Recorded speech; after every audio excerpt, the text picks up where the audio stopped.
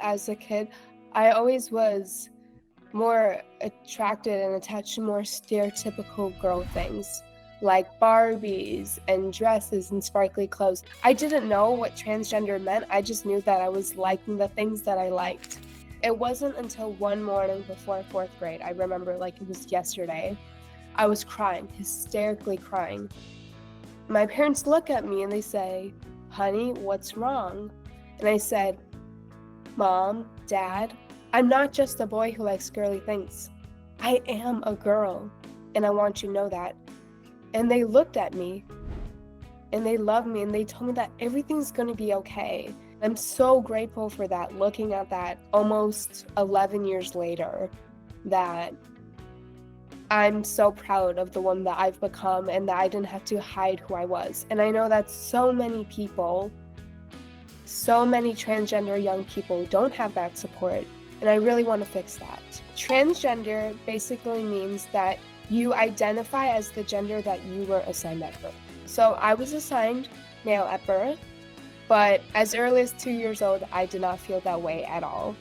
So that's what's called transgender, male to female. And so there's so many intersections to it, but I love saying I'm a proud transgender young woman. I just remember like being in the halls at my school and then people finding out and then coming to me being like, "Are you trans?" And I was like, yeah. But it was never in my heart to feel like to spread hate.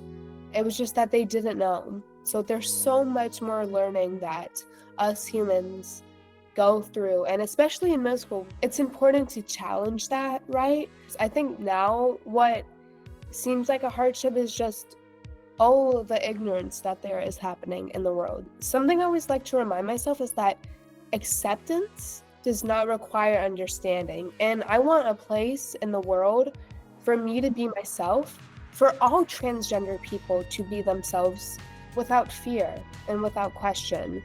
I think the strengths that I have being a young, proud trans woman is that I am me. At the end of the day, the truth is, being transgender is the least interesting thing about me. I have so many passions and interests that make me me, and being transgender is 0.1% of who I am. And I think that really gets lost. Some things I really enjoy and are into, I love art, I love painting, and I'm a really big believer in self-care.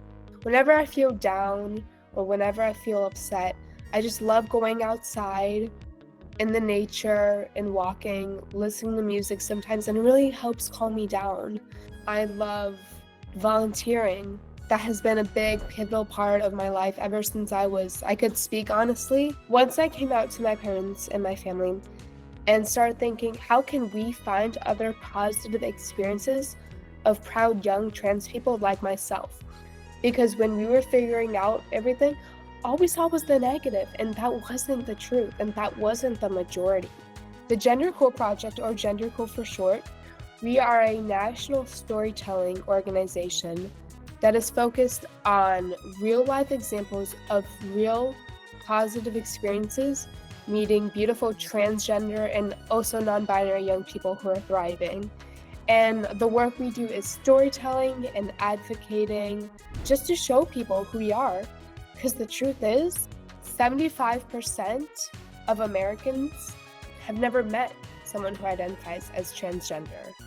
And so it started with my family and 5 other families with proud transgender children.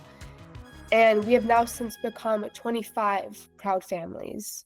I think at any moment you have just to educate someone about the LGBTQ plus community, about what it's like to be transgender, without maybe even recognizing it, really helps change hearts and minds. There has been, unfortunately, a lot of different brands and organizations that have pulled back from their support of the LGBTQ plus community. And it's really demoralizing and really disheartening. But I think what people can do is just keep speaking out, share your story. Transgender Awareness Month, to me, really means amplifying proud transgender people that have come before my generation. When we think of people like Marsha P. Johnson or Sylvia Rivera, proud trans people, and really showing the awareness of I do my work so that other people don't have to do that work. What's also giving me hope is just recognizing how far the community has come, even in these moments when it seems like there isn't hope, that we've been able to do so much and achieve so much. And recognizing that I've been able to help people understand that transgender young people are just people